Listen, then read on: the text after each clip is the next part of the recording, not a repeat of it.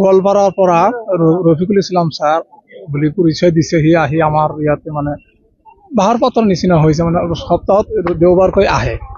মানে সি মেডিচিনৰ ব্যৱস্থা কৰে, মেডিচিন লৈ আহে। কিহৰ মেডিচিন? সি আয়ুৰ্বেদিক বুলি কয়। গাঁৱত সোমাই মানে সি ৩,১০০ টকাকৈ আইডি বনাই দি মানে ওষুধখিনি দেয়।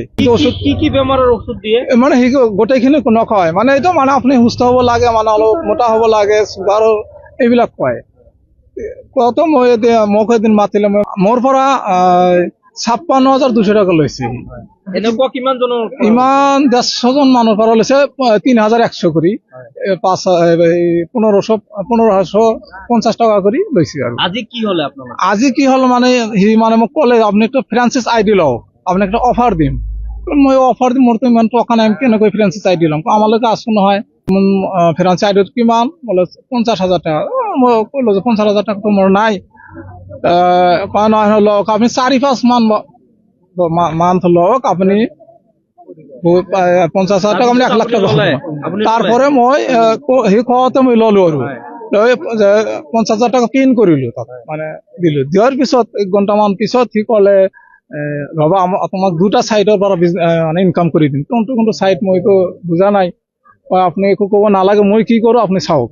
আজি আহিলো মানে সি মানে মেডিচিন কিনে অহাৰ পিছত আৰু মোৰ লগত সি সাক্ষাৎ নকৰে। মানে সি ঠগ প্ৰবঞ্চক হৈছে, মানে মই মেডিচিনো নলয়, মোৰ লগত কথাও নাপাতে। তাৰ পিছত আহিলে আমাৰ ইয়াত, আমি কোৱাতে ক'লো যে আপনি আমাক ফোনো নকৰে, মেডিচিন কিনে আছে, মেডিচিনো নিনিয়ে। মই কেনে কৈছিলাম, আপনি ক'লে মাহত 3-4-5-6 বাৰ ৰটেশন হ'ব, আপোনাৰ 7-8 হাজার টাকা ঘৰত বহি পাব। আপনি কি কৰি আছে? আপনার আৰু 60,000 টাকা মানে পিন কৰিব লাগিব।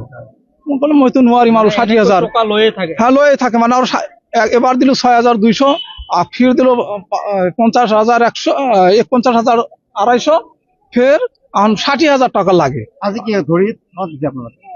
আজি মানে আমার আপনি মেডিসিন খিনি লৈ যাওক, মোক পয়সাখিনি দিয়ক। আপনি যি কৈছে সেইটো একো নাই, মানে বেলেগ মানে উল্টা পাল্টা কৈ আছে। আমার পয়সাখিনি আমাক ঘূৰাই দিয়ক, আমরা টকা নামি লওক। কি টকা নিদিব? আৰু বেলেগ বহুত মাইকী মানুহৰ পৰা লৈছে। লোৱাৰ পিছত এখন ইয়াত দিব লাগিব টকা। এফআইআর দিম, তার নামে এফআইআর দিম, মানে আমার এফআইআর দিম, তাকে অ্যারেস্ট করলে আমার উচিত বিচার দিব লাগিব। আমি সরকারের উপর আমি উচিত বিচার লম, মানে আহিছো ইয়াত থানাতে। কিমান জন মানুহৰ পৰা 3,000? 1,500 জন মানুহ হ'ব।